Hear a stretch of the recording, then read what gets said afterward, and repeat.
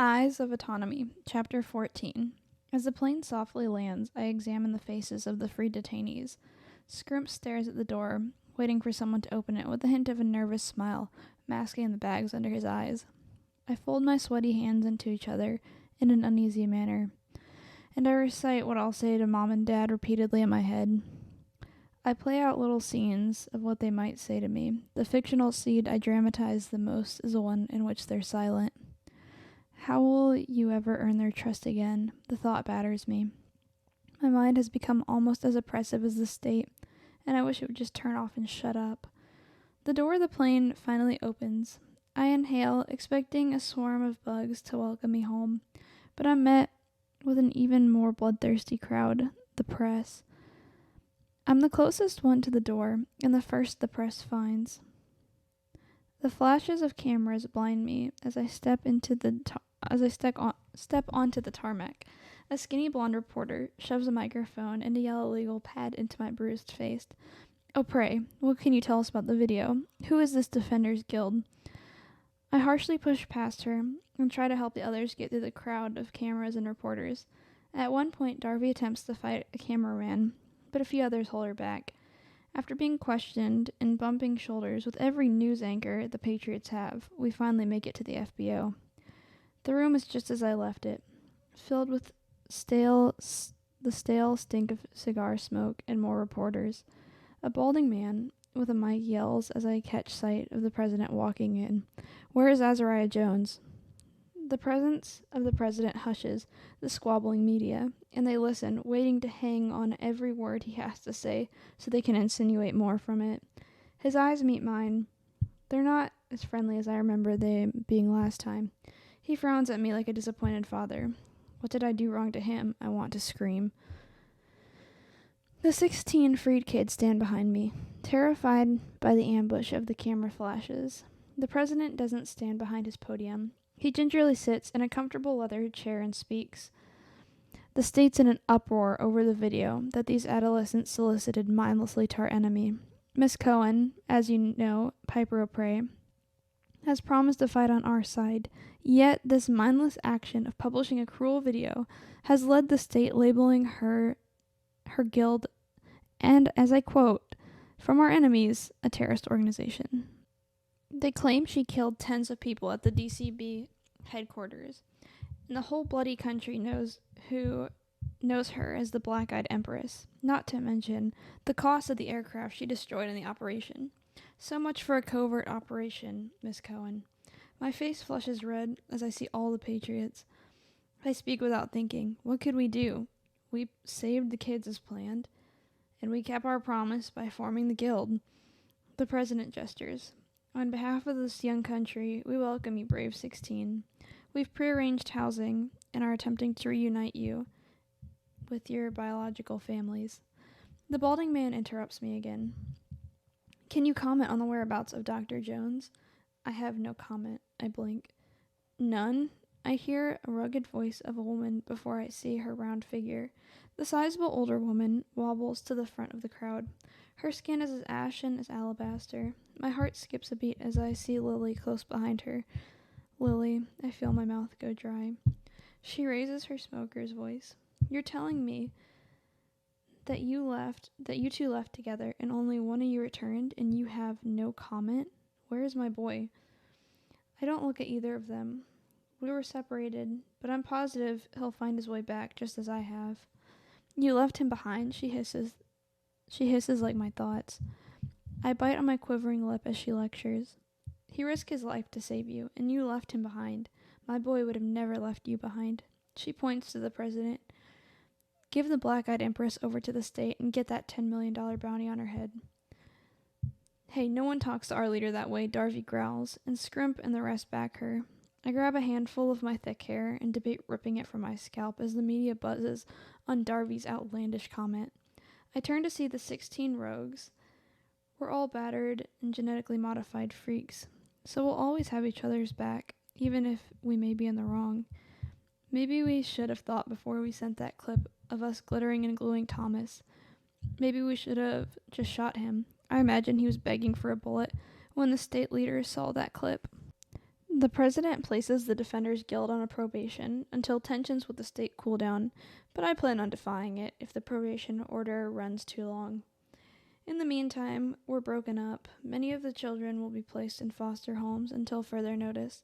One other girl and I will be rejoined with our biological families until the guild can form. When the press dies down, I find Mama Jones. Miss Jones, I grab her attention. What? She snarls, sending Lily away. Lily doesn't even look at me as she walks away. I'll find a way to get Az home. I swear, hoping it'll ease her hatred. Don't bother risking your life. The state wouldn't let a high-ranking scientist escape twice. I want to scream at her because I want her to know what it was like to leave him behind. I wish she knew the hell I had to see.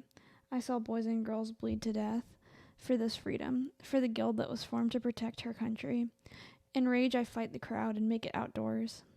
There in the parking lot, Mom stands against her white truck. At first, I think she glares at me, but she doesn't look angry. Mom, I run towards her. She opens her arms and engulfs me in a hug. I don't like hugs, but they're better than silence. I'm sorry, I say without shame, and it would be weak not to fess up to that. I pull away. What did they do to your eye? Mom touches my bruised skin, making me flinch. You should see my arm. I roll up my sleeve and show her the stitches. Joanne, that's going to scar. Her voice gets soft as she opens the door. How are you holding up after losing Az? You were right. I wasn't ready for that mission. I lean back into the seat and close my eyes. I imagine the image of Beau reappears in my mind. His final act of giving his life to the guild haunts me more than my decision to leave Az behind. I'm sure Az will be fine. The state threatens to reassign everyone. Rebellion isn't without consequence, but neither is conformity. So be careful who you conform to and who you rebel against. She starts the car. You saved those kids. Be proud of that at least. It's my fault people died. I look at her, hoping she'll say something to ease my conscience. A good leader owns up to their mistakes, but they know how to make them right. You think me saving those kids was a mistake? I asked soberly. No, but I think broadcasting a video of torturing some man was stupid. You're wanted by the state for being a domestic terrorist, the black-eyed empress. Psh, you're a kid. I keep quiet for the rest of the car ride. I could refute that Thomas was the real terrorist, but I see in hindsight that the clip we made him look like the victim. Peanut and Dad meet me at the door, but the boys are already asleep for my homecoming. I find it hard to sleep as I lie down because my body aches. My mom wants me to wear a bag of ice on my eye to heal the bruise faster. The ice against my swollen skin reminds me of Az and his jazz music in the snow. Next time I see him, I wouldn't mind dancing again.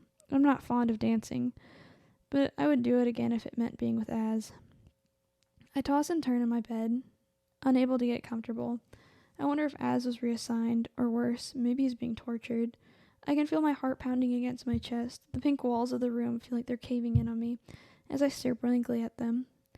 I stand and try to breathe a bit better. Maybe walking around the house will help. I walk down the hallways that are covered in family photos, and I can't help but notice none of them contain me. They all show a happy family of 4 instead of 5. I stop in front of the room that Joel and Josh share. I peer into the door and wake Peanut up. The fragile dog hops off Joel's bed and sits right at my feet. As I pick up the Chihuahua, I study the sheets as they move up and down to the rhythm of Joel's breath. I know that if the state prevails, his life will be endangered, but so will all of ours. I shuffle to the kitchen and find a jar of peanut butter. The dog and I then sit on the porch together. The night is warm and the frogs sing an orchestra. My finger sticks in the peanut butter as I watch Peanut study the grass with his nose. It's peaceful outside. There's no walls to imprison me out here. Nothing is uniform outdoors. The grass and the animals are different colors and shapes, and the trees grow however they'd like to, with no control, other than maybe the direction of an all-powerful God, as Mom and Dad tell me about. The idea of religion is new and a bit strange, and the shielding told me that no truth was the only truth, and that humanism was the only absolute. The state said that a belief in God or any supernatural beings was childish, and humans had evolved past such beliefs. Yet, something beyond a government's control is strangely freeing, and it's oddly comforting and almost natural to believe that some intelligent being is behind the way the frogs are orchestrated in their song. I walk off the unfinished wooden porch back into the lawn, hoping to see the stars to indulge my wonder, but to my disappointment, it's overcast with clouds. I lick the peanut butter off my fingers and lay in the grass. The salty tang reminds me of Ross. I shouldn't have been so rude to him last. My last words that I may have ever said to him were, "I hate you." Then I meant it, but arbitrarily, I'm gonna miss our evening talks. He was my family too. I have the guild now, I tell myself. This time, I'm going to protect them. I couldn't save Bo, Az, or Gia, and Ross is dead to me in another sense, but I can protect and keep the guild together. I have to form it, and I can't wait for the state to approve this. They can't separate us. But deep down inside, I know what my first order of business is: saving Az from the state.